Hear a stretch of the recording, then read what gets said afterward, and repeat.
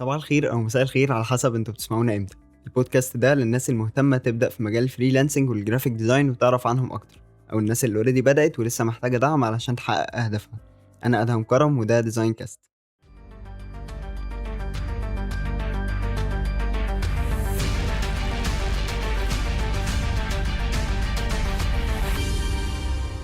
قبل ما نبدا خلوني اشارككم ان الفيسبوك بيج بتاعتنا عدت ال 7000 فولور، واليوتيوب تشانل عدت ال 2000 سبسكرايبر.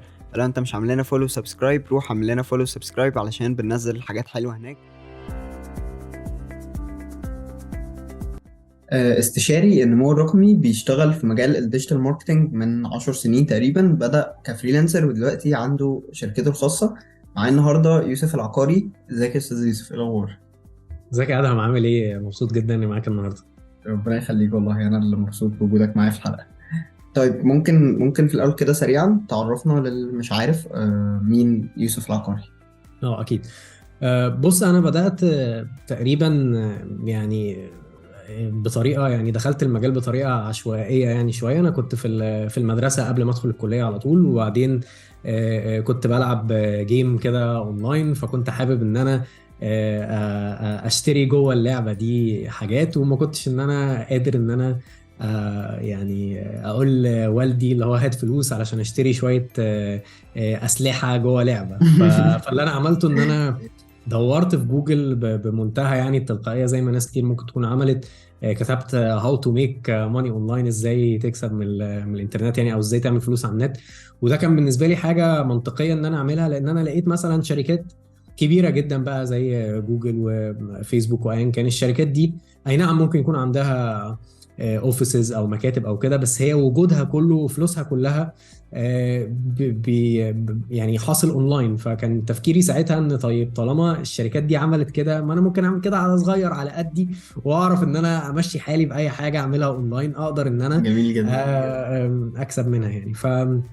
خبطت في حاجات طبعا كتير جدا. للاسف لما انت بتكتب حاجه زي هاو تو ميك ماني اونلاين دي في جوجل، بيبدا يطلع لك بقى حاجات اللي هي ايه، الربح بقى السريع والسهل والمش عارف ايه، وسكامز بقى او حاجات نصب كتير جدا. فاتكعبلت، وانا طبعا كنت ساعتها يمكن عندي 15 16 سنه يعني. فاخدت يمكن لغايه يمكن 17 اخر سنه في المدرسه اللي بدات فعلا اكتشف ان طب ده في حاجه، مثلا في حاجات كتير انت ممكن تعملها اونلاين. بس لو انت تفتح بيزنس اونلاين مثلا، فانت محتاج فلوس، محتاج يبقى معاك راس مال. طب لو ما عندكش اي راس مال، ايه اللي انت ممكن تعمله؟ لا، ده في حاجه اسمها فريلانسنج، ان انت تكون متعلم مهاره معينه وتقدر تبيعها للناس على الانترنت يعني، ومقابل ده تاخد فلوس. كنتش عارف حتى بقى ساعتها، طب انا هجيب الفلوس دي ازاي مصر، ولا هصرفها ازاي؟ بس حتى ساعتها ان انت ممكن تعمل باي بال، وحتى ما كانش متاح باي بال في مصر. فكان في ناس على يوتيوب كده بتشرح، بيقول لك انت ممكن تعمل باي بال واختار مش عارف اي دوله باي بال شغال فيها، وخلاص هيبقى معاك كده اكونت. بس طبعا لما انت بتعملها بالطريقه دي ما بتعرفش يعني فلوس تدخل جوه باي بال، وما بتعرفش تطلعها. بس انا كان بالنسبه لي طيب خلاص، هي تدخل في باي بال، وممكن بقى نستعمل باي بال علشان ندفع على طول للعبه اللي انا عايز يعني العبها. جامد قوي. اللي حصل بقى ان انا بدأت فعلا يعني أخبط في كذا حاجة. من ضمنها مثلا أنا كنت بحب الكتابة جدا، وكنت مش بطال في الكتابة بالإنجليزي يعني. فبدأت إن أنا أجيب كان في موقع ساعتها اسمه برايت هاب، زي موقع إخباري كده يعني. بس كان بيقول إيه، كان بيدفع على المقالة. بيحتاج مثلا مقالات تكنولوجي، وإن أنت تكتب في حاجات متنوعة في التكنولوجي بالذات يعني. فدخلت اختبار كده عندهم واتقبلت فيه، وكانوا حتى بيدفعوا على المقالة ساعتها حاجة زي مثلا $7 أو $8. وده طبعا كان مبلغ كويس جدا ساعتها، والمقالة ما كانتش بتبقى كبيرة قوي. ودلوقتي دلوقتي بالظبط يعني. تمام. ف... بس هو كان عندهم مشكلة ان هو المقالة يعني لو انت قعدت تكتب فيها 3 ايام، هو ملوش دعوة، في الاخر هيديك نفس الرقم برضه يعني. مش بناء على المجهود او كده. بس طبعا كانت حاجة لذيذ. بالنسبه لي كويسه جدا كبدايه. وبعدين اللي حصل بقى كان غير متوقع شويه، ان انا بدل ما انا بقى اركز في ان انا اجيب فلوس علشان اروح اصرفها في اللعبه اللي انا كنت عايز اصرفها فيها دي، اتسحلت جدا في موضوع ان ايه ده طب ده احنا ممكن ده، طب الفريلانسنج ده، طب ما انا ممكن بدل ما اعمل $10 في الشهر واروح ادفعهم في لعبه ولا حتى في الاسبوع، ولا طب لا ده انا ممكن اعمل $50 في الشهر، طب ما انا ممكن اعمل $100 في الشهر، ايه ده، طب ده انا مم. ممكن اعيش من الفلوس دي. طب ليه انا بدل ما انا حاصر تفكيري في ان انا اشتري او اعمل فلوس عشان اصرفهم في لعبه، طب ما ابدا ادور بقى هو انا ازاي ممكن اجيب بقى الفلوس دي فعلا مصر.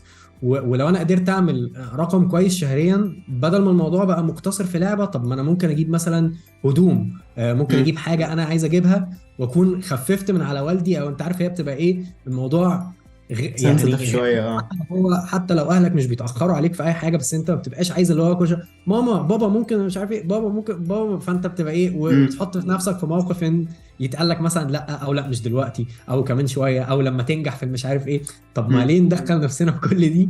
وانا ممكن، ده كان تفكيري ساعتها يعني، وانا ممكن مم. ان انا اعدي من الحته دي كده. ف الحمد لله بقى الموضوع اتاخد يعني ايه من تخبيط كده في رايتنج الى مجال الديجيتال ماركتنج، اللي انا حبيته جدا جدا جدا وقتها، علشان كان ده بالنسبه لي يعني قريب قوي. انت عارف التسويق بشكل عام قريب قوي من الفلوس في البيزنس، هو اللي بيحرك مم. البيزنس، هو اللي بيكبر البيزنس، هو اللي بيخلي البيزنس، هو اللي بيجيب له الشغل، او هو اللي بيجيب له الفلوس. فانا كان عاجبني جدا الموضوع ده، وخبطت بقى في حاجات كتير يعني، اتعلمت شويه SEO، واشتغلت في السوشيال ميديا. بعد كده خلال الكليه بقيت فريلانس في ادز، ان انا اعمل جوجل ادز وفيسبوك ادز وحاجات زي كده. مم. وبعدين مؤخرا بعد تقريبا من 3 سنين او داخلين دلوقتي في 4 سنين، بدأ الموضوع يكبر. انا العملاء بتوعي بحكم ان انا اتعرفت على الفريلانسنج اصلا من مصادر خارجيه، واشتغلت مع عملاء بره وكده، فكان الباك جراوند بتاعي او الخلفيه بتاعتي كلها مع عملاء، مع شغل مع الناس بره. ف من كذا سنة، من 4 سنين بقول لك تقريبا، عملت الشركه بتاعتي، وبدأ الموضوع يكبر اكتر، وبنقدم بشكل اساسي يعني كونتنت ماركتنج سولوشنز، اللي هي حاجات مرتبطه اكتر شويه بالSEO اكتر من السوشيال ميديا. ولكن ما زلت انا بقى يعني انا بعمل حاليا حاجتين: الايجنسي اللي هو اللي شغلها مع عملاء بره بشكل اساسي، والاستشارات اللي انا بقدمها هنا في مصر من ناس عايزه عاده بتبقى اي كوميرس مثلا، ويب سايتس او ابس، او يعني فرايتي من الكلاينتس، ستارت ابس عايزين جميل جدا. يكبروا ويبيعوا اكتر يعني. فده اللي انا بقيت او ده اللي انا بعمله حاليا يعني. عظيم جدا. لا البروسيس جميله، وفيها حاجات كتير بتموتيفيت الواحد ان هو كده يقوم يشوف الحاجات اللي وراه، فاهم؟ جميل جدا. طيب انت خلال الرحله بتاعتك وصلت من صفر لاكتر من 100 عميل تقريبا. ف... فاحنا حابين بقى نعرف منك ازاي الشخص ممكن ان هو يزود عدد العملاء اللي معاه، بحيث ان انا بدل ما انا شغال مع كلاينت واحد، لا ده انا شغال مع 3 4، بحيث ان انا يبقى مصدر دخل ليا اكتر، العملاء دي هتجيب لي عملاء اكتر، وهكذا، فابدا ان انا سكيل از فريلانسر. فاهم قصدي؟ حلو جدا، حلو جدا. بص، هو السؤال ده حلو قوي علشان هو يا ادهم يعني له عناصر كتير متداخله. فلو احنا هنتكلم مثلا مبدئيا على انت دلوقتي بدات ومعاك عميل واحد، فعامه انا كيوسف بشوف دايما ان هو يمكن اول عميل ده، ويمكن انت تتفق معايا في دي يعني، اول عميل ده يمكن من اصعب العملاء اللي انت، لان انت امم. اول واحد ده هو ده اول مره انت بتحاول تبيع نفسك او تبيع الخدمه بتاعتك، انت مش عارف اصلا طب انا كده ببيعها صح ولا لا، طب هل تستحق الفلوس اللي انا طلبتها ولا لا. يعني حتى انا في الاول امم. خالص كان بيجي لي احساس ان انا، هو انا اصلا يستحق ان انا اطلب فلوس اساسا في الخدمه دي؟ عارف بتبقى انت مش واثق في نفسك، حاسس ان طب ده انا اعملها اكسبيرينس ببلاش. مختلفة. اكسبيرينس مختلفه تماما.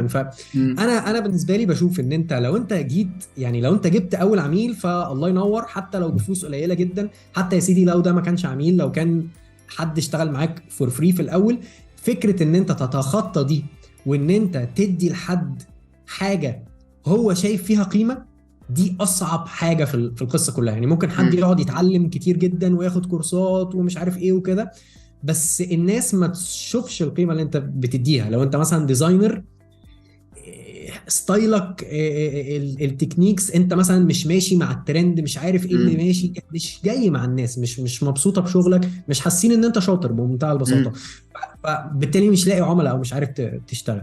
ولكن اول عميل ده هو ده مفتاح السكيلينج، او هو مفتاح سؤالك بتاع العملاء التانيين. لان في اي مجال في الفريلانسنج، سواء في الديزاين، في الماركتنج، في البروجرامينج، اتكلم في المجال اللي انت عايزه. اساس اصلا يعني اكتر حاجه بتبيع للعملاء زي ما انت عارف هي البورتفوليو. مش طبعا بالضروره انت خريج ايه ولا بقالك قد ايه شغال. يعني انت لو انت بتقول له مثلا، يعني مش زي الشغلانات التقليديه اللي انت ممكن تقول له مثلا انا بقالي 15 سنه خبره في مجال البترول مثلا. لو انت كديزاينر دلوقتي او كفريلانس ديزاينر رحت تتكلم عميل وقلت له انا بقالي 15 سنه خبره في بمجال الديزاين، في مجال الديزاين، ونفترض ان انت ما وريتوش بورتفوليو وقرر ان هو ما يشتغلش معاك، هل ده هيكون مفاجأة بالنسبة لك؟ هو طبعا ده هيبقى مفاجأة لناس كتير بره المجال، اللي بتقول ايه ده، انا 15 سنة خبرة، ازاي ما رضيتش تشتغل معايا؟ بس في الواقع ان انت ممكن تكون سنة واحدة خبرة بس باني بورتفوليو وشغال مع عملاء وبتثبت للناس ان انا اقدر اقدم لك قيمه، اقدر اطلع لك شغل كويس. فبالتالي هو مش هيهمه ساعتها انت بقالك سنه ولا انت بقالك سنتين، علشان هو اساس اللي هو عايز يشوفه، او السؤال اللي هو عايز يجاوبه. اي عميل عايز يشتغل معاك السؤال اللي هو عايز يجاوبه ايه؟ هل الشخص ده يقدر يعمل الشغلانه اللي انا عايزها ولا لا؟ ثانيا، هل الشغلانه اللي هو هيعملها دي مستاهله الفلوس اللي انا هدفعها ولا لا؟ بس كده. لو هو قدر يوصل للاجابتين دول، خلاص كده انت بقى معاك عميل جديد. فالفكره كلها ان انت تكبر ويبقى معاك كذا عميل. هو زي ما قلنا كذا عنصر. احد اهم العناصر الاولانيه ان انت تستغل اللي انت اشتغلت معاه اوريدي علشان تجيب حد جديد. فلو انت مثلا اشتغلت مع عميل واحد، زي ما قلنا ده اصعب عميل علشان انت لسه بتتكلم لاول مره ومفيش بورتفوليو والكلام الجميل ده كله. وانس ان انت اشتغلت مع العميل ده بقى عندك خبره شويه، بقيت بتعرف ازاي تتكلم وتاخد وتدي مع العملاء، اكتسبت ثقه شويه حتى لو المبلغ اللي انت كنت واخده كان قليل جدا. والاهم من كل ده ان انت بدات ان انت تبني بورتفوليو، بقى عندك حاجه توريها للناس. لو حد جه قال لك فين شغلك بتاع قبل كده، ادي اهو دي انا عملتها. فبالتالي ده بمقام السي في بتاعك، او بمقام خبرتك، او بمقام الحاجات دي كلها. فالعميل الاولاني ده لو صعوبة ان انت تجيبه كان 100%، فالعميل التاني لا، ممكن تبقى 80% عشان انت تخطيت الحاجات اللي احنا بقينا بنقول عليها دي، وبقى عندك ثقة وبقى عندك بورتفوليو. العميل التالت الصعوبة دي ممكن تبقى 70%، العميل الرابع وهكذا، لغاية ما الموضوع بيبقى بسيط. بالعكس، ده هي العملاء هي اللي بتبدأ تدور عليك، بسبب ان العملاء اللي اتبسطوا في الشغل معاك بقوا بيقولوا لغيرهم، بسبب ان البورتفوليو بتاعك بقى بيكبر وبقى بيظهر قدام الناس، فبقت ناس اكتر بتشوفه. بسبب ان شغلك ده حصل مثلا في ايفنت او في شركه او ظهر قدام الناس، فالناس اللي شافته في حته تانية غير على الويب سايت بتاعك او على بيهانس مثلا او على ايا كان، بداوا ان هم يشوفوا، فسالوا مين اللي عمل الشغل ده فتقال لهم، فتبدا شويه شويه تسمع، وتبدا الناس تثق فيك، وتبدا ان انت بدل العميل يبقى عندك 2 و3 و4. بس المفتاح جميل جدا من وجهة نظري زي ما قلت لك هو ان انت خد اول واحد واستعمل اول واحد عشان تبني ان انت تجيب العميل التاني، واستعمل اول 2 علشان تبني ان انت تجيب العميل التالت. حط ده في البورتفوليو واستعمل خبرتك وهكذا. لو هنتكلم بقى على الطرق اللي انت تجيب فيها العملاء، فدي معروفه. يعني انا حتى في ناس كانت بتضحك عليا لما كنت بقول للناس اللي لسه بتبتدي، اللي هو بيحس مثلا ان انا لا، ده انا بخبي عليه بقول له اي كلام كده وخلاص. انا كنت بقول للناس حضرتك عندك ان شاء الله ما فيش حد مننا عنده اقل من 100 مثلا فريند على السوشيال ميديا ولا على فيسبوك، ولا معظمنا مثلا في ال 500 مثلا وانت طالع. فانت لو كتبت يا جماعه انا مستعد اعمل حاجه مجانيه او بخصم 80% او ايا كان في الاول خالص، علشان انا كنت مثلا بتعلم وعايز اوريك عايز ابني يعني بورتفوليو او كده، فانت حتى لو من ال 500 واحد الفريندز عندك او اللي بيتابعوك او ايا كان مفيش ولا واحد فيهم هيبقى مهتم بالسيرفيس بتاعتك، فاكيد اكيد اكيد في واحد من ال 500 يعرف واحد هيبقى مهتم، او يعرف واحد ممكن يبقى عارف واحد يبقى مهتم. فخلاص، فانت كده قدرت اصلا اول 3 4 عملاء تجيبهم بمنتهى البساطه. تشتغل بقى بعد كده على سمعتك، تشتغل بعد كده على البورتفوليو بتاعك، تشتغل بعد كده على البيرسونال براندنج ممكن، ودي قصه تانية يعني ممكن نتكلم فيها كمان شويه. بس تشتغل ان انت تبقى بتقدم اكسبيرينس يونيك، ان الناس عارفاك، عارفه ان الاسم ده بيقدم الشغل الفلاني، شغلك مسمع. فالحاجات دي كلها بتيجي مع عميل ورا عميل. بس اكبر نصيحه اقدر اديها في الحته دي ان انت ما يبقاش عندك عميل واحد. يعني انت لسه النهارده عندك عميل واحد وتقول ايه ده، ازاي بقى يبقى عندي 100 عميل؟ خدها بالراحه خالص، خطوه خطوه. انت النهارده بقى عندك مم. عميل، بكره بقى عندك اتنين، بعده بقى عندك ثلاثه. فلما يبقى عندك اتنين التارجت بتاعك يبقى ثلاثه، لما يبقى عندك ثلاثه التارجت بتاعك يبقى اربعه، وتبدا تبني شويه شويه. لان في كمان حاجه مهمه جدا الناس بتنساها في الحته دي يا ادهم، ان هو السكيلينج مش بس ارقام. انا ممكن يبقى عندي 100 عميل بس انا ما عنديش الوقت، مش عارف مم. اوفق بينهم، بقى بديهم اكسبيرينس زي الزفت، وبيتضايقوا وبيمشوا وبيروحوا يقولوا عليا بعد كده كلام وحش عشان انا باوفر مم. كوميت. ودي مشكله كبيره جدا جدا جدا عند الفريلانسرز، وواجهتها انا. ان انت في الاول بالذات لما يبقى معاك 2 و3 و4 ما بتعرفش تقول لا، بتبدا تقول مم. للعميل تعالى يلا بينا، ماشي يلا يلا يلا، وبعدين من اليلا يلا يلا دي لقيت نفسك ان انت ايه ده، طب انا مش عارف اوفي بوعودي، والعملاء مم. بداوا يتضايقوا، والموضوع بقى عمل مفعول عكسي، والناس اللي زعلت دي راحت تقول ناس تانية ان هي زعلانه، فبالتالي ده جاب نيجاتيف ايفكت. فلما انت تبني بالراحه وما تقولش انا عايز اوصل ل100 من يوم، هتعرف تاكوميديت، او هتعرف ان انت طريقه شغلك، تنظيمك لوقتك، وكل حاجه انت بتعملها لما يبقى عندك عميل غير لما يبقى عندك 3 ولا 5، غير لما يبقى عندك 20، غير لما يبقى اكيد يبقى عندك 100. لذيذ جدا. في حاجة أنا دايما بقولها في الحتة دي، فكرة اللي هو أنت أصلا الأرقام مش مهم قوي على قد نوع العملاء نفسهم مهم. يعني صح. فكرة اللي هو إن أنا ممكن يكون معايا 10 كلاينتس، كل كلاينت بيدفع 10 جنيه، فأنا في الآخر بيجي لي 100 جنيه. أنا ممكن يجي لي كلاينت واحد هيدفع لي نفس ال 100 جنيه دي، وفي نفس الوقت أطلع معاك كواليتي شغل محترمة، والدنيا لذيذة والدنيا تمشي تمام، وخلاص هنسكيل مع بعض. وكده كده أنا برضو ببني بورتفوليو، وبرضو باخد الانكم اللي أنا محتاجه وهكذا. ولكن في الاول اوكي، العدد ممكن يبقى فارق شويه عشان تجرب اندستريز مختلفه. انا هشتغل ديزاينر في حاجه ميديكال، هشتغل في حاجه ريل استيت، هشتغل هنا وهنا وهنا. العدد اوكي مهم في الاول، ولكن بعد كده انت ممكن مش محتاج عدد على قد ما انت محتاج يونيك كلاينت يلبي الحاجات اللي عندك، وفي نفس الوقت تطلع معاه السيرفيس اللي انت محتاجها. يعني دي من ضمن الحاجات اللي كنت بقولها في لا انا معاك جدا، معاك جدا في النقطه دي بالذات. كمان ان يعني انا شفت حصل معايا كتير جدا، هتستغرب ان ساعات العميل اللي هو على المثال بتاعك ده اللي بيدفع 10 جنيه ساعات مم. بيكون متعب اكتر بكتير من العميل اللي بيدفع 100 جنيه. وانت فاهم كنت ازاي؟ لسه بقول لهم كده في السيشن.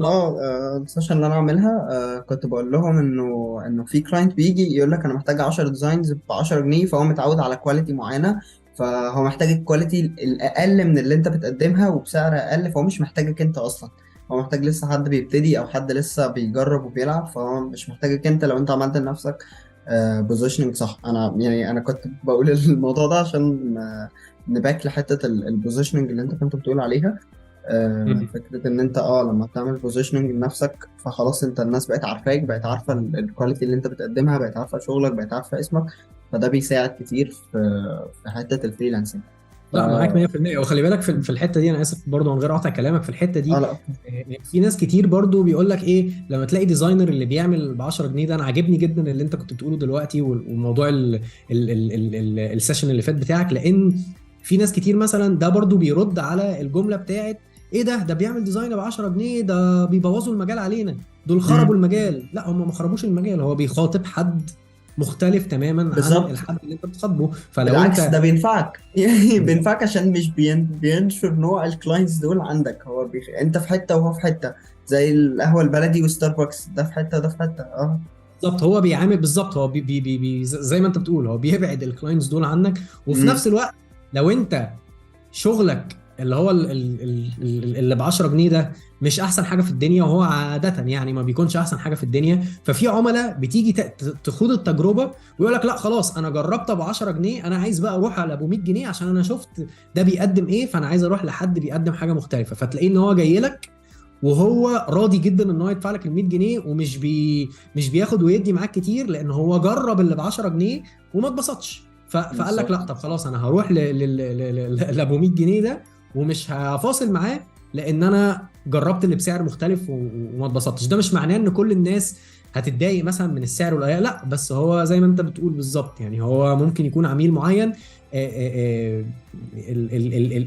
الديزاينر ده ماشي معاه، هو عنده اكسبكتيشنز معينه بسعر معين، وهم عارفين يتعاملوا مع بعض على هذا الاساس، بس انت بتبوزيشن نفسك بشكل مختلف، سواء بقى ككواليتي شغل، سواء كمعامله، سواء كالتزام، سواء يعني في حاجات كتير قوي بتدخل في تسعيرك. ما هو ممكن واحد يبقى بيدفع لك بياخد منك 10 جنيه، بس تقعد تكلمه كل يوم تزن عليه فين الديزاين فين الديزاين. وخلي بالك ان عملاء كتير ما بيبقاش عندهم الوقت لكده، هو عميل مشغل مثلا شركه او عنده شغل وفيها حاجات كتير جدا، بالنسبه له لا انا ادفع اكتر شويه وما اقعدش اجري ورا سواء ديزاينر او فريلانسر ايا كان هو بيعمل ايه، فين الشغل مش عارف ايه وكده. طبعا ده ما يمنعش ان في ناس غاليين وبرضه مش ملتزمين، ده اكيد ده موجود، بس لا لو انت تحريت يعني الدقه في اختيارك واخترت حد ممكن يكون غالي شويه بس سمعته سابقاه في ان هو تسليماته في وقتها، التزامه، الكلام ده كله، فانت مش هتحتاج ساعتها ان انت تتعب دماغك بالحته دي، لان انت خلاص الراجل خد فلوسه، طلع لك شغل، خدت الشغل، استخدمت الشغل، والعجله ماشيه وخلص الموضوع على كده. ما عملكش مشاكل في التعامل، ما قالكش لا انا مش بعمل مراجعات على شغلي، خدها كده وخلاص. الكونتراكت اللي بعته او الايميل اللي بعته منظم، بيقول لك انت التيرن اراوند تايم الاولي اللي انت الوقت اللي انت هتستلم فيه في الاول قد ايه، ليك كام ريفيجن في الاول خالص، بعمل لك كام كونسبت. فما بقاش في حته اللي ايه لا اصل انت قلت لي، لا اصل هو قال لي، لان برضو الشخص ده عاده بيكون اكسبيرينسد اكتر، فهو عدى بحاجات كتير اكتر، فبدا ان هو يعدل في الايميل او في الكونتراكت او في الاتفاق اللي هو بيبعته ده بناء على كل المشاكل اللي هو وقع فيها قبل كده، علشان يتحاشى المشاكل دي. فبالتالي الموضوع بقى سموث اكسبيرينس وبقى سلس اكتر بكتير معاك ومعاه عن الشخص اللي هو هيبقى ب 10 جنيه. وانا عاده حتى بشجع الناس، يعني بقول له جرب، يعني لو حد جه مثلا عايز يشتغل معايا وانا مثلا لا غالي جدا مثلا وبتاع، فبقول له لا طب في اوبشنز تانية برضو جربها، ممكن دي تناسبك اكتر. ومش بيكون قصدي مثلا ان انا اسخر منه بقى، واللي هو طب روح بقى للاوبشنز التعبانه بقى دي وريني هعملوا لك ايه، لا خالص، بس خلاص احنا مش هينفع، فانت ممكن تدور على اوبشنز ثانيه. وفي منهم اللي بيروح لاوبشن ثانيه وممكن يكون عادي خلاص اتبسط، وفي اللي بيروح لاوبشن ثانيه ما اتبسطش يرجع لي تاني. لذيذ جدا. بس طيب يبقى احنا كده اتكلمنا عن الحاجات اللي هي قبل اصلا ما افكر ان انا اجيب كلاينت، او قبل ما اروح اسكيل واكبر، ان انا محتاج ابني بورتفوليو كويس واتاكد ان الكواليتي بتاعتي والسعر بتاعي مناسبين للسيرفيس اللي انا بقدمها، وشويه بوزيشننج كده وبيرسونال براندنج. فايه بقى يعني انا خلاص مثلا حد عملت اوريدي الحاجات دي، وحد جبت كام كلاينت مثلا بقى معايا 10 15 وات ايفر العدد يعني. فايه بقى التكنيكس اللي انا ممكن استخدمها بعد كده علشان اريتش كلاينتس اكتر، او بمعنى تاني انا خلاص العملاء اللي معايا خلاص احنا بنخلص شغل مثلا وهم مش عارفين يجيبوا لي كلاينتس تانيين، او هم مش مساعديني ان انا ريتش كلاينتس اكتر. فايه التكنيكس المختلفه سواء بقى يوسف بيستخدمها او الفريلانسر ممكن يستخدمها علشان يريتش بيها كلاينتس اكتر من كده؟ اوكي حلو جدا. بص هو في يعني يمكن هو في طبعا اكيد طرق كتير جدا، انا يمكن اعتمادي كان على طريقتين ثلاثه، وانت طريقه واحده منهم بس ممكن تخليك شغال مستريح جدا مع كل العملاء اللي انت يعني تتخيلهم. فطبعا اول حاجه ويمكن هي اكتر حاجه مشهوره هي الفريلانس ويب سايتس، فاهم؟ فانت سواء بقى بنتكلم لو بره، بنتكلم بقى على اب وورك، بنتكلم على freelancer.com، بنتكلم على people per hour، بنتكلم على كل المواقع دي، بنتكلم على فايفر حتى، برغم ان في ناس ما بتحبوش، يقول لك ايه ده هعمل لوجو ب$5 ومش عارف ايه اعمل لوجو ب$5 مش مشكله في الاول بالذات. حته حلوه جدا فايفر، مكان حلو جدا ان انت تبني فيه بورتفوليو جدا، يعني ممكن تخش على الديزاينرز اللي هناك تلاقي واحد عامل مئات اللوجوهات، بيعملها مثلا بسعر مثلا قليل، بس هي طريقه حلوه ان انت تبني بورتفوليو سريع. وفي نفس الوقت لو انت مثلا جديد على الشغل مثلا بره او كده، فهو مكان برضو كويس. لو هنتكلم بقى على هنا في مصر او في المنطقه العربيه. فعندك برضو منصات تانية انا الحقيقه مش بتعامل معاهم كتير، فما اعرفش، يمكن غير اتنين اللي هو مستقل وخمسات.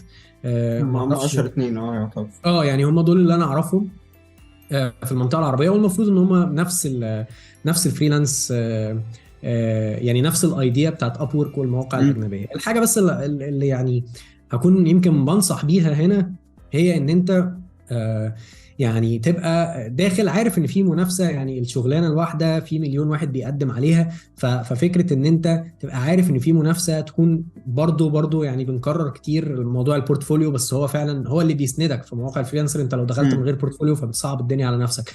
اول حاجه لو انت لسه داخل موقع الفريلانسر جديد، ما عندكش ريتنج، يعني ما عندكش عدد نجوم، ما عندكش تقييمات، ما عندكش اي حاجه. الحاجه الوحيده او يعني اهم حاجه هتخلي العميل يحدد ان هو يشتغل معاك وانت شخص اصلا لسه مجهول بالنسبه له، ويفضلك انت عن واحد تاني ممكن يكون عامل 1000 شغلانه قبل كده والتقييمات بتاعته 5 نجوم وهكذا.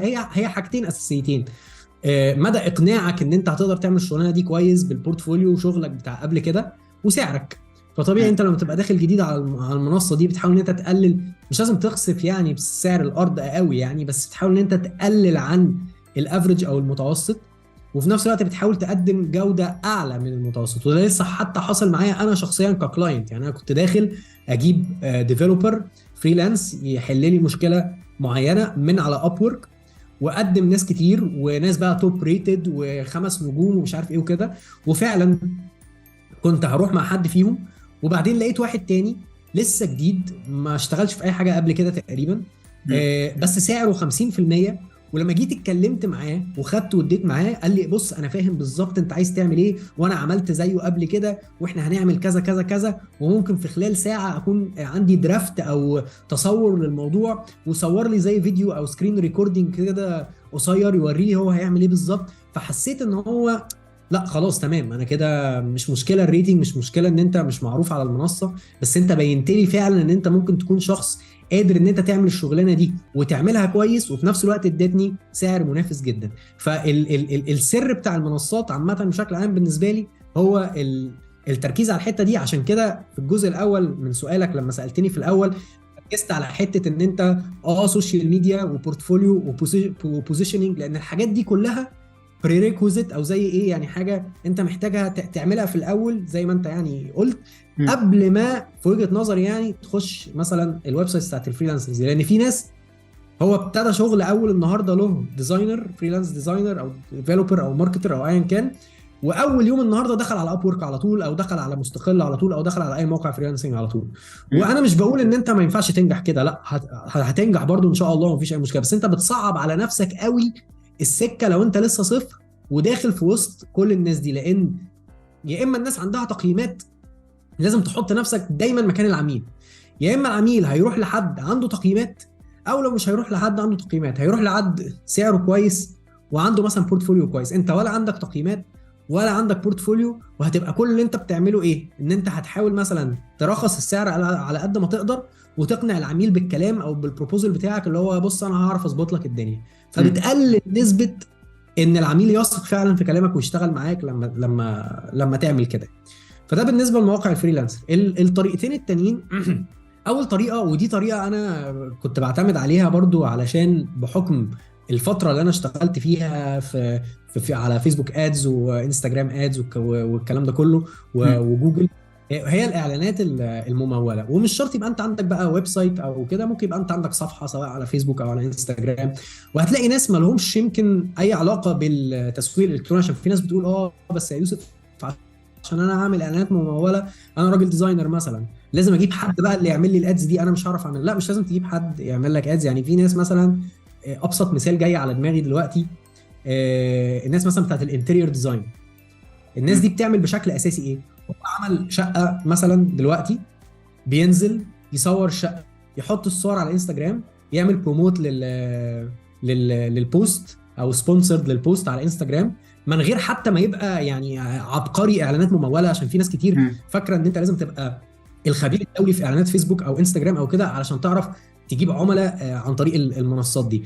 بس الحقيقه مش كده. الحقيقه ان انت مش لازم تكون الخبير الدولي، هو الحقيقه بس ان انت محتاج تكون الاعلان بتاعك قبل الاستهداف وقبل كل الكلام ده، لان دلوقتي شكله المنصات حلو. دي بقت ذكيه جدا، فهي تقدر تروح تلاقي لك الناس المناسبه ليك. الاهم من كل ده ان انت يبقى عندك حاجه تثير اهتمام العميل بتاعك. فالراجل مثلا لو انا دلوقتي بشطب شقتي وبفر على انستجرام ولقيت ديزاين اوضه نوم عجبني جدا وفي الكابشن مكتوب مثلا فور بيزنس او كده، كلمني.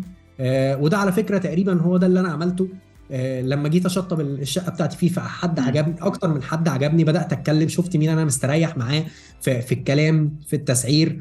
رحت بعد كده قابلته في المكان بتاعه، او لو ما عندوش مكان، حتى لو هو فريلانسر وعنده بورتفوليو كويس ممكن برضو يعني تتوكل على الله معاه. فكل اللي انت محتاج تعمله في حته الاعلانات المموله دي ان انت تظهر البورتفوليو بس بتاعك في الاعلان.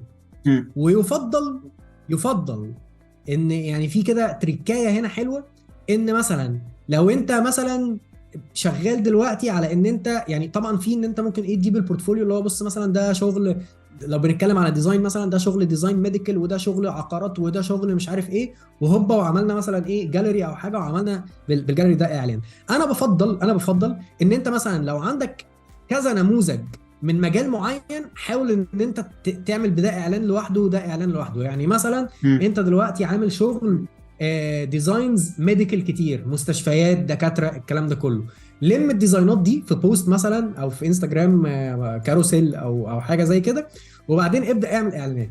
اللي هيحصل ايه؟ ان الدكاتره اللي هيشوفوا والمستشفيات والحاجات دي كلها لما يشوفوا ديزاينز لحاجات شبههم بيتحمس اكتر بكتير ان هو يكلمك، يقول لك ايه ممكن اشتغل معاك. ليه؟ لان بالنسبه له انت ما بقتش مجرد ديزاينر، لا هو انت ديزاينر شغال في الحته بتاعته وعامل ديزاينات في الحته بتاعته، فاصبح ان هو وهو بيبص للديزاينات بتاعتك بقى متخيل، لو هو دكتور مثلا متخيل نفسه في الديزاين ده بتاع البانر ده اللي في الشارع، او الاعلان السوشيال ميديا، او ايا كان، او متخيل الفكره بتاعت اللوجو بتاعه مثلا اللي هيعلقها في العياده، او اللي هيطبعها على روشتة، او يعني فاهم. تبايه بسيطه جدا ان انت حاول ان انت يعني لو انت مطاعم مثلا تعمل ديزاينات لمطاعم ومنيوهات وكده، حط 3 4 5 منيو على مش عارف ايه كده، اللي هو ديزاينات. وحتى ممكن تقول في الكابشن ديزاين لمطعمك ومش عارف ليه بقى، لان انت كده فرقت نفسك عن الناس اللي بتعمل اعلان بالديزاينات بشكل عام. لو عايز ديزاينر كلمني، ماشي، ما غيرك كتير برضو. بس انت لو قلت مثلا لو عايز ديزاين لمنيو مطعمك، كنت حاطط 4 5 منيوهات مثلا من الديزاين بتاعك، وهو بيبص الله ايه ده، دي منيوهات حلوه، طب ده انا عايز منيو بقى للمطعم بتاعي، ده عمل للمنافسين، ده فاهم الاندستري بتاعتي، فاهم الليله بتاعتي ماشيه ازاي. فدي حاجه. فلو انا هختصر النقطه دي يعني في الاعلانات المموله، ان انت البورتفوليو ثم البورتفوليو ثم البورتفوليو، وفكره ان انت التارجتينج ممكن تسيبه، حتى يعني ساعات بسيبه برود دلوقتي في معظم سيب الاعلان يشتغل يومين 3 4 ببادجت قليل على قد ما انت تقدر، 50 جنيه في اليوم، 100 جنيه في اليوم، اقل من كده لو انت عايز تجرب، وهتلاقي مسجز وهتلاقي ناس ابتدت ان هي تكلمك. التكنيك التاني في موضوع الاعلانات المموله ده، هو يعني ممكن ما يشتغلش قوي مع فريلانسرز، او على حسب، ممكن على فكره يشتغل مع فريلانسرز بس على حسب مجالك. لو حد مثلا قال بس انت يا يوسف بتتكلم على الديزاينرز دلوقتي، طب انا راجل مثلا في الماركتينج مثلا، ممكن البورتفوليو بتاعي مش حاجه فيجوال او مش حاجه ظاهره اعرف احطها في صوره انستغرام، تبقى ارقام اكتر او بالظبط ارقام اكتر. الله ينور عليك. فدي حاجه ممكن ان انا ابين ارقام اكتر ونتائج اكتر. وفي حاجه تانية اسمها ان انا احاول اعمل ليد جنريشن. يعني ايه؟ يعني مثلا هعمل بي دي اف بسيطه او فيديو بسيط، اقول للناس زي بتوع الريل استيت كده، يعني اقول للناس مثلا انا عملت بي دي اف 10 حاجات تعملها علشان تظبط مثلا التسويق الالكتروني بتاعك، وفعلا حاجات فيها فاليو وفيها قيمه كبيره. وتبدا ان انت تعمل اعلان ان مثلا هات مثلا رقم تليفونك، وناس قليله قوي لسه في مصر اللي بتعمل الموضوع ده، باستثناء طبعا الريل استيت والحاجات دي، بس دي ممكن تتطبق في حاجات كتير. هات رقم تليفونك او هات ايميلك او كده، واعمل داونلود فور فري للتيبس مثلا دي. فانت كده ضربت كذا يعني عصفور بحجر. اولا ان انت لما هو هيداونلود الحاجات دي ويلاقي ان فعلا الماتيريال ده فيه قيمه، فهو هيزيد التراست او هيزيد الثقه فيك، ان ايه ده راجل فاهم يقول فعلا حاجات فعلا ساعدتني.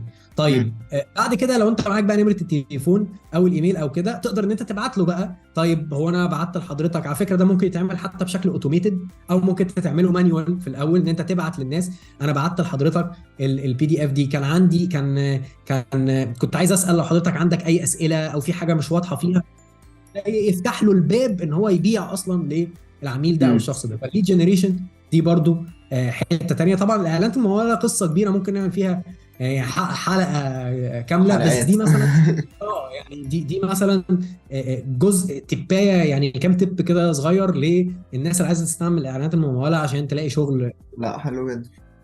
بس وثالث حاجه بقى والاخيره هي حاجه اسمها الكولد اوتريتش، وده تكنيك انا بحبه جدا ولسه بستعمله لغايه من قريب قوي. الكولد اوتريتش ده هو بمنتهى البساطه ان انت تتارجت حد، يعني تروح لصفحه مطعم، بس ساعات الموضوع ما بيبقاش بسيط قوي كده، عشان انت لو بعت مسج لصفحه مطعم ممكن يرد عليك خدمه عملاء او كده، فانت بتبقى شطارتك ان انت تحاول ان انت توصل لاونر او ديسيجن ميكر، تدور مين صاحب المطعم ده، تدور على لينكدين، ممكن اصحاب المطاعم ما يكونوش على لينكدين بس اصحاب شركات تانية كتير في مجالات تانية كتير موجودين على لينكدين. تبدا ان انت تحاول تتواصل مع الناس دي وتعرض حاجه انا بسميها ايه، ان اوفر ذي كانت ريفيوز. يعني مثلا ايه، انت شفت الديزاين بتاعه واللوجو بتاعه وكده وحاسس ان هو قديم قوي مش لطيف، انت ممكن تعمل شغل احسن بكتير، فممكن تبدا ان انت تعرض ان انت بص انا عملت لك حاجه احلى من اللي موجوده حاليا، وممكن ان انت وعندي افكار مثلا تانية، يعني تعمل له حاجه صغيره وتستعمل الحاجه دي ان انت تبيع له بعد كده حاجات تانية. يعني هيلاقي ايه ده، الله ده اللوجو ده فعلا احلى بكتير من اللوجو بتاعنا، شكرا يا معلم.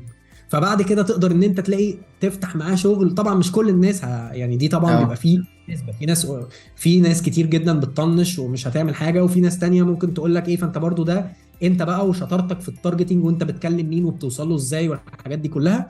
بس انا شخصيا يعني نجحت جدا جدا جدا في الحته دي، كنت بعملها ويمكن قلت ده في حلقه قبل كده يعني في البودكاست، كنت بعملها ان انا اروح اشوف مثلا حد او شركه انا شايف الماركتنج كامبين بتاعها او الديجيتال ادز. انت تقدر تشوف دلوقتي الديجيتال ادز من البيج ترانسبيرنسي، او تقدر تشوف الويب سايت بتاعهم، فتقدر ان انت تشوف هل ده كديجيتال ماركتنج هو ماشي على البيست براكتسز ولا لا. وكنت ببعت لهم ان خلي بالك انت الموقع بتاعك فيه كذا كذا كذا، او كامبينز الادز بتاعتك شغاله بالشكل الفلاني، فاعمل 1 2 3، لو عملت الحاجات دي هتلاقي ان الكامبين اتحسن وممكن يشتغل بشكل احسن. فجرب الحاجات دي وشوف ايه اللي هيحصل. ونسبه كبيره جدا، وما كنتش بحاول ابيع له اي حاجه، ونسبه كبيره جدا من الناس كانت تيجي تقول ايه ده، شكرا جدا للتبس دي، بس احنا عايزين نشتغل معاك بقى اكتر، هو انت نظام شغلك ايه وكده. فبيفتح السكه لان انت تبدا نفس تشتغل فكره معاك. اللي هو علمه يستغنى عنك او حاجه زي كده. الله ينور عليك، الله ينور عليك. تعرف ان انا اصلا اول شغل جالي في شركه كان على نفس المنوال ده.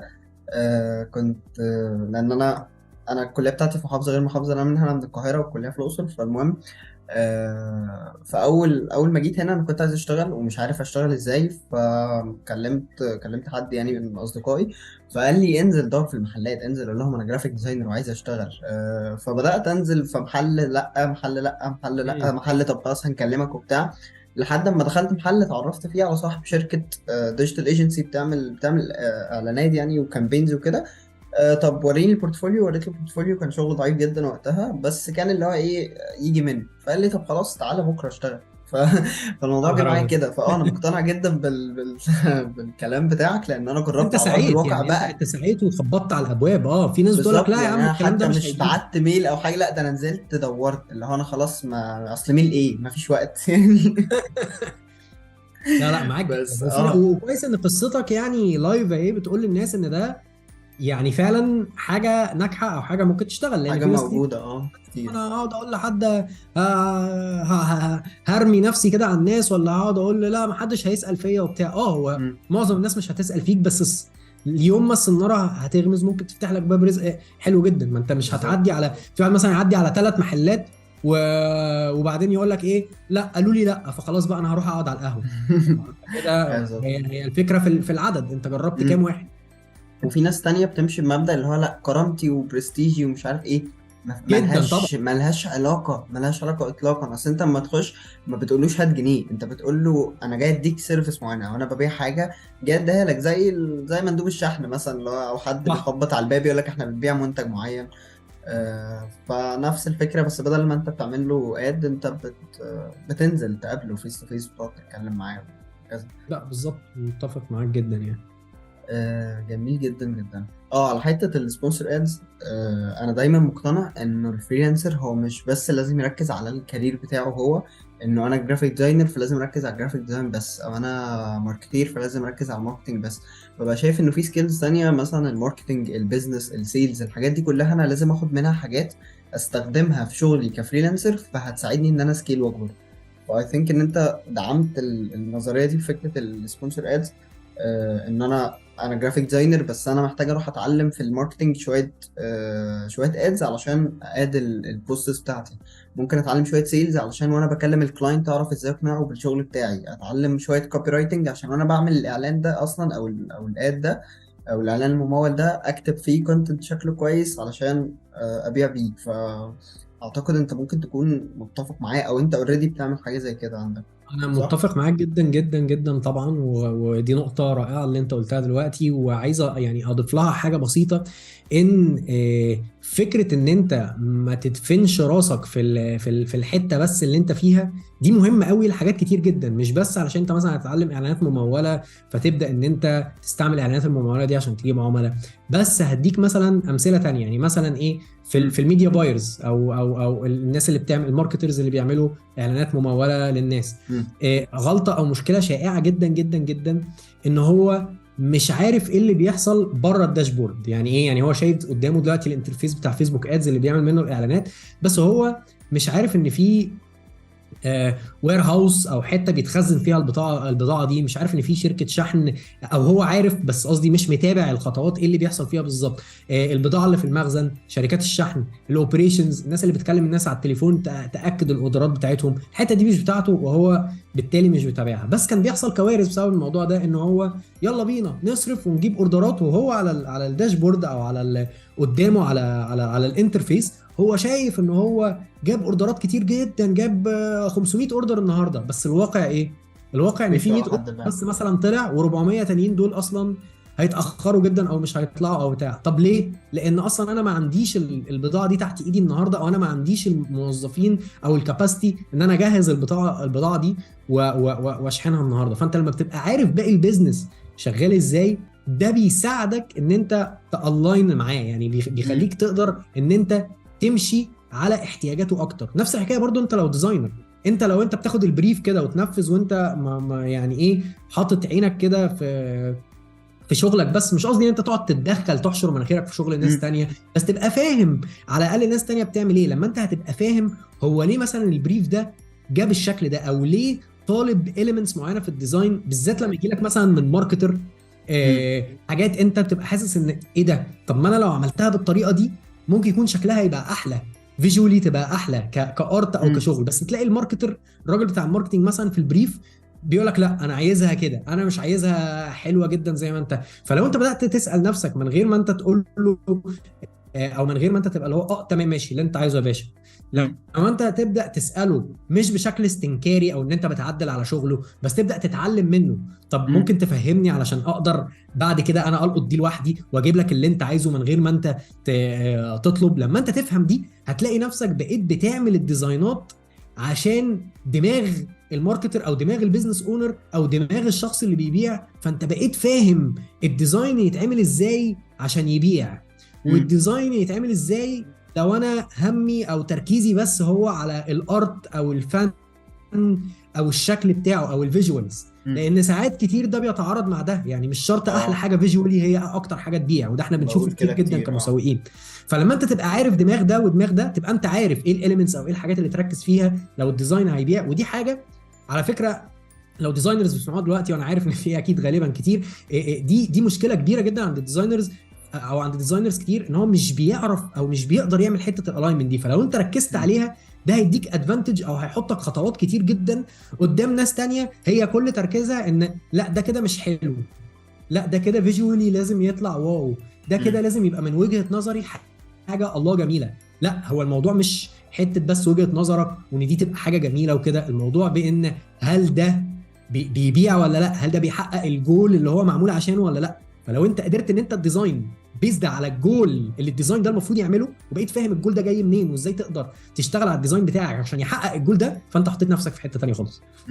لو على فكره انت يعني انا كادهم انا ساعات ببيع للكلاينتس اصلا لما بييجوا يشتغلوا معايا بالاقناع ده، اللي هو انا مش بعمل لك ديزاين علشان هينزل على البيج، لا انا بعمل لك ديزاين هو فاهم البيزنس نيد بتاعتك، فاهم الاودينس بتوعك.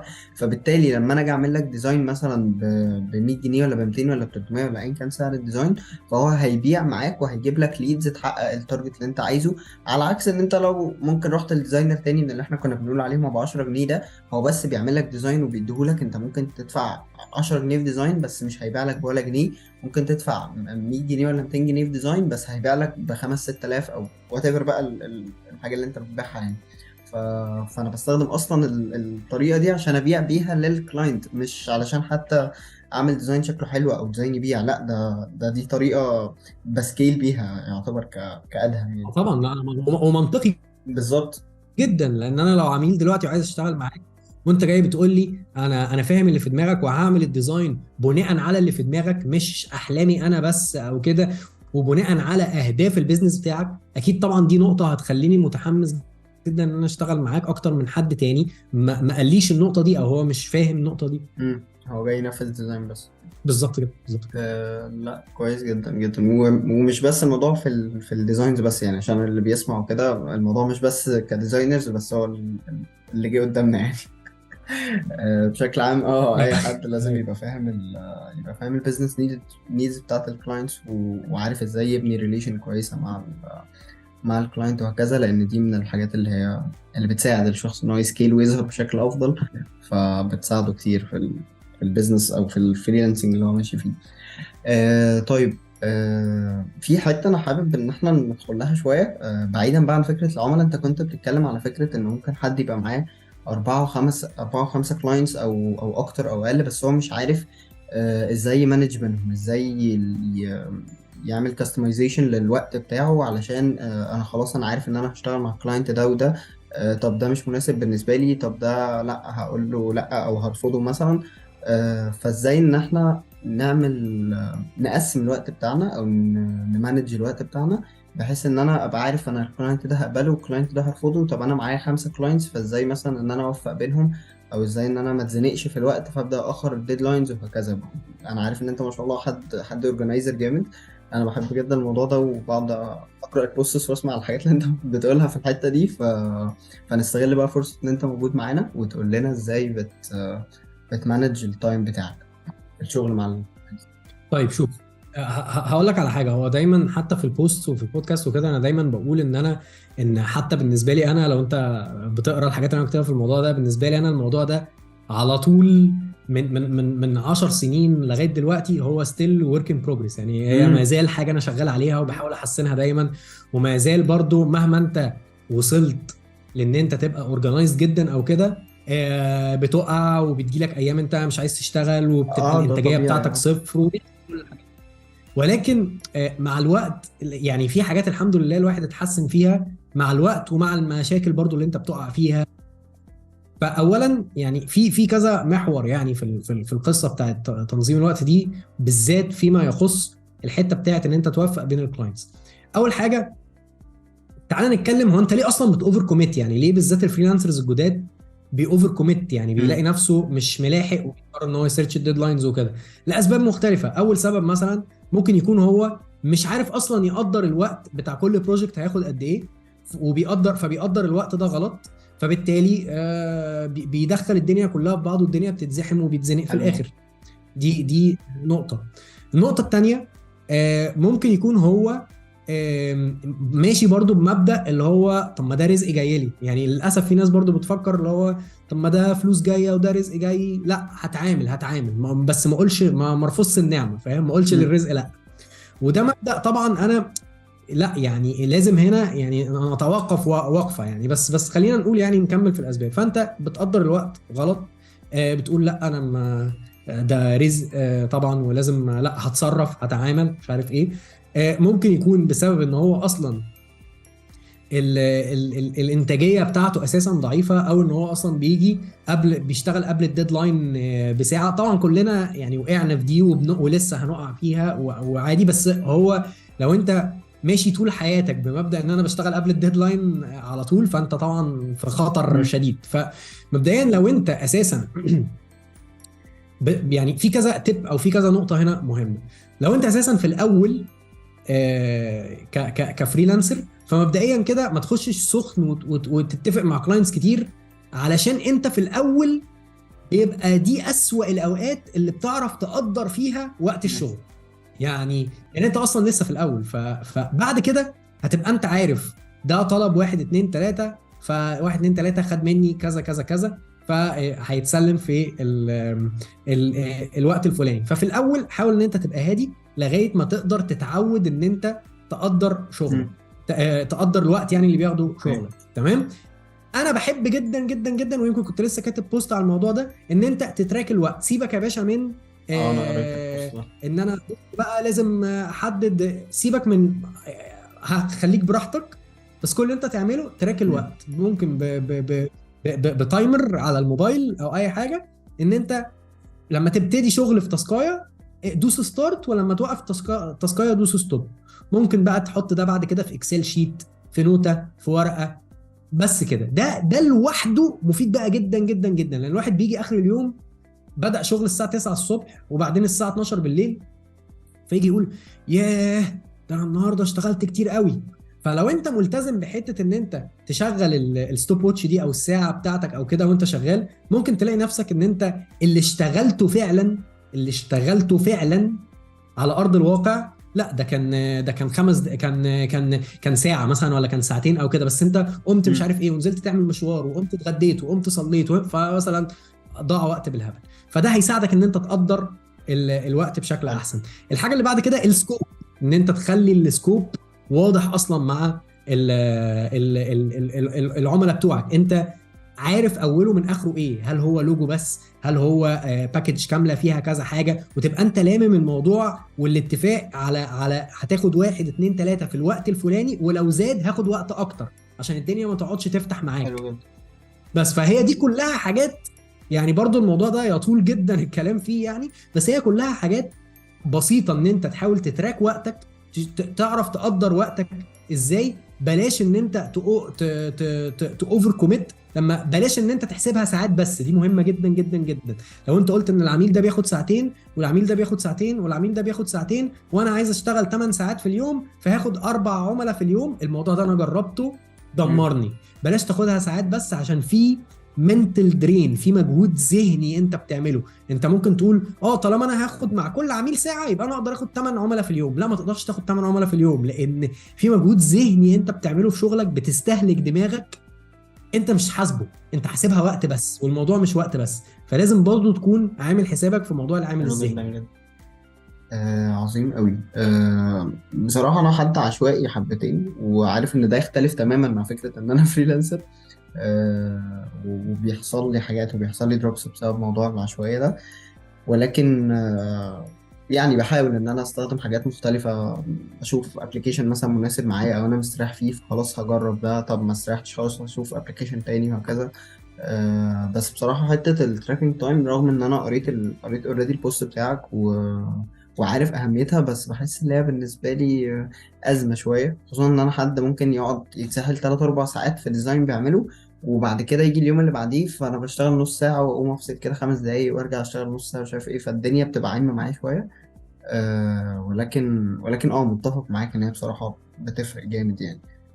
بص، حتى لو مش بالتراك تايم بالدقيقة، محتاج إن أنت بس تكون عارف الشغل اللي انت بتشتغله بايدك ده بياخد منك بالظبط، يعني انت بتشتغل فعليا قد ايه فيرسز ان انت قاعد على المكتب بتفر على الموبايل ولا على السوشيال ميديا او كده. لازم تبقى انت عارف انت اشتغلت فعلا قد ايه، بايا كان بقى، سواء انت تتراك التايم او كده، عشان ما تضحكش على نفسك. ما تقولش انا شغال بقالي طول اليوم، او مثلا انا مسحول 4 ساعات في ديزاين، في حين ان انت في وسط ما انت شغال على الديزاين ده كنت بتفر على موبايلك شويه او لا. طب ما انت كده ما اشتغلتش 4 ساعات على الديزاين، هو انت فاتح الديزاين قدامك 4 ساعات، بس انت في منهم ساعه ممكن تكون رايحه بتفر مثلا في السوشيال ميديا، ولا جالك ايميل بترد عليه، ولا موبايلك بتلف فيه. فهي فكره التايم تراكنج دي ان هي بتلزمك ان انا شغال دلوقتي على الديزاين وانا مشغل تايمر، يبقى انا شغال دلوقتي على الديزاين، مش هبص في التليفون، مش هعمل حاجه. لما اوقف شغل على الديزاين هدوس ستوب على لذيذ التايمر جدا. ده، لو محتاج ارد على التليفون او ارد على ايميل او اقوم اصلي او كده هدوس ستوب على التايمر ده، بحيث ان انا اخر اليوم يبقى عندي الوقت الفعلي اللي انا اشتغلته، مش الوقت اللي انا فاكر اللي انا عظيم اشتغلته. جدا فاهم؟ جدا. طيب، هو في الاخر انا بحب اسيب وقت كده للجست اللي معايا لو حابب يقول حاجه، نصيحه، معلومه، whatever الحاجه اللي ممكن يقولها. ففي الفري لو حابب تقول اي حاجه. طيب، يعني هو مبدئيا انا يعني شكرا جدا لاستضافتك ليا النهارده ادهم. انا مبسوط ان هو يعني على قد ما كان يمكن الكول او الحلقه مش طويله جدا، بس احنا اعتقد غطينا فيها حاجات كتير، واسئلتك اعتقد كانت حاجات آه، يعني الناس عايزه تسمعها حاولت جدا. استغل وجودك فاتمنى معانا. فانا اللي مبسوط بوجودك ربنا والله، يخليك، اتمنى ان الناس تكون معاك. فعلا استفادت. انا ما عنديش قوي اضافات في الحته دي، يمكن غير ان انا يعني انت اهم حاجه في القصه دي كلها هي، انا من وجهه نظري، هي سمعتك، اسمك، هو ده اللي انت بتبني عليه، هو ده. ما تتخلاش عن اي حاجه، او قصدي العكس، يعني تخلى عن اي حاجه مقابل اسمك، بس يعني دونت كومبرومايز على اسمك ابدا. فكره ان عميل اتخانقت معاه او كده، معلش ممكن تمشي الدنيا، تتخلى شويه عن اخر دفعه فلوس كان هيدفعها، في مقابل ان انت خلاص تحطه في البلاك ليست وما تتعاملش معاه تاني. حاول ان انت ما تخشش في خناقات وانت عامل وانت مش عارف ايه وكده. حاول تخلي اسمك دايما بعيد عن الشوشره، بعيد عن الدوشه، بعيد عن ان لا ده انا مش فاهم بحترم حاجه، لا المبدأ ده ده عمل جدا. معايا وسوى معايا والكلام ده كله. لان ده بجد راس مالك. الناس هتيجي على اسمك زي ما الناس هتيجي على اسمك عشان تشتغل معاك، الناس برضو ممكن تبعد عن اسمك لو اسمك بقى مرتبط ب ده مش ملتزم، ده مش عارف ايه، ده بيطلب فلوس وما بيعملش ايه ده. يعني حاول تبعد عن كل ده، حاول ان انت خليكوا تعتمد زي على ان عمرو عميلك دياب يا دايما جماعه، ما يكون تطلعوش في المشاكل يعني. اختفوا كده. بالظبط. لا ابعد ابعد، لا بجد ابعد عن المشاكل. طول ما انت بتأدي شغلك والناس مبسوطه منك، عميلك مبسوط منك، خلاص يعني ان شاء الله هيبقى هو هيجيب نفسه عملاء تانيين، وانت نفسك اسمك هيكبر في السوق وهيبقى احسن. ما تدخلش نفسك في دراما، لان الحاجات دي برضو بالذات للاسف الناس بتحب تتكلم فيها. يعني لو عميل نزل لك على السوشيال ميديا ده نصب عليا ولا مش عارف ايه، حتى لو انت ما نصبتش عليه، هيبدا بقى ده دخل يقول وده دخل يعمل مش عارف ايه. بس لو انت راعي جدا الحته دي، والعميل اللي يضايقك خد يا عم فلوسك. انا عملت كده كتير جدا جدا يعني. طبعا مش دايما، ساعات الواحد ما بيقدرش ان هو يتخلى مثلا عن مبلغ كبير، بس في احيان كتير جدا انا ممكن اقول لعميل يا عم خد فلوسك وانا مش عايز اشتغل معاك، من كتر ما هو وجع دماغ، او من كتر ما هو مثلا بتاع مشاكل. وتبقى انت خلاص انت كده اشتريت سمعتك. ولو هو فكر ان هو حتى يروح على السوشيال ميديا يقول بيم، هتقوم انت ساعتها قايل له باشا، هو احنا ما توفقناش مع بعض وما حصلش نصيب نشتغل مع بعض، وفي نص الشغل غير الشغل اللي انا سلمته لك انا اديتك فلوسك كامله، انت عايز ايه بقى؟ فساعتها هو مش هيعرف يتكلم. حلو جدا. انا مبسوط والله بوجودك تاني وتالت ورابع وخامس. ربنا يخليك. واتمنى يكون اي حد بيسمع استفاد، وان شاء الله يكون استفاد. انا برضه استفدت حاجات كتير بصراحه. فحابب اشكرك على وجودك، واشكر اي حد بيسمعنا ووصل لحد هنا. طبعا لو عندك اي سؤال سواء ليا او ليوسف، تقدر ان انت تسيبه لنا في الكومنتس، سواء على فيسبوك او يوتيوب او whatever البلاتفورم اللي انت بتسمعنا عليها دلوقتي. تنساش تعمل لنا فولو وسبسكرايب في البلاتفورمز دي. طبعا يوسف هتلاقوا لينك السوشيال ميديا اكونتس بتاعته تحت في الديسكربشن. شكرا جدا. ده كان وقتنا. سلام. شكرا.